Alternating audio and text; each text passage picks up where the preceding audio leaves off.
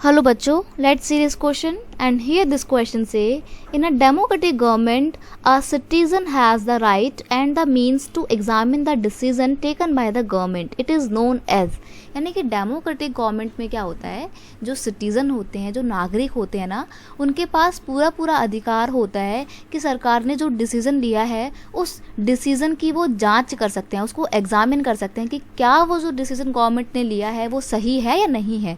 तो ये जो डिसीज़न को वो चेक करते हैं, इसको क्या बोलते हैं, एग्जामिन करने को क्या बोलते हैं, जो कि जनता करती है अपनी गवर्नमेंट के द्वारा लिए हुए डिसीजन को एग्जामिन, उसको क्या बोलते हैं। ऑप्शन दिए हुए हैं ट्रांसपेरेंसी, लेजिटिमेसी, डेमोक्रेसी या फिर मोनार्की।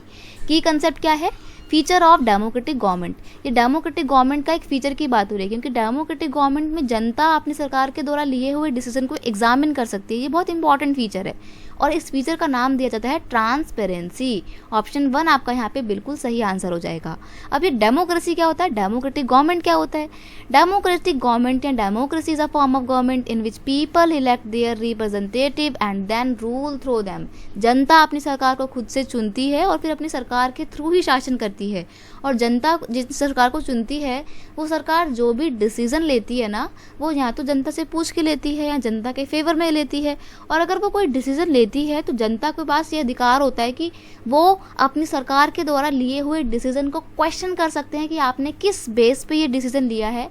और अगर ये डिसीजन जनता को पसंद नहीं होता है ना, तो जनता बोल सकती है कि इस डिसीजन को वापस लिया जाए। अभी आपने देखा होगा रिसेंट में सेंट्रल गवर्नमेंट ने किसानों के लिए कुछ बिल पास करवाए थे, किसान बिल पास करवाए थे जो किसानों को बिल्कुल पसंद नहीं आए थे।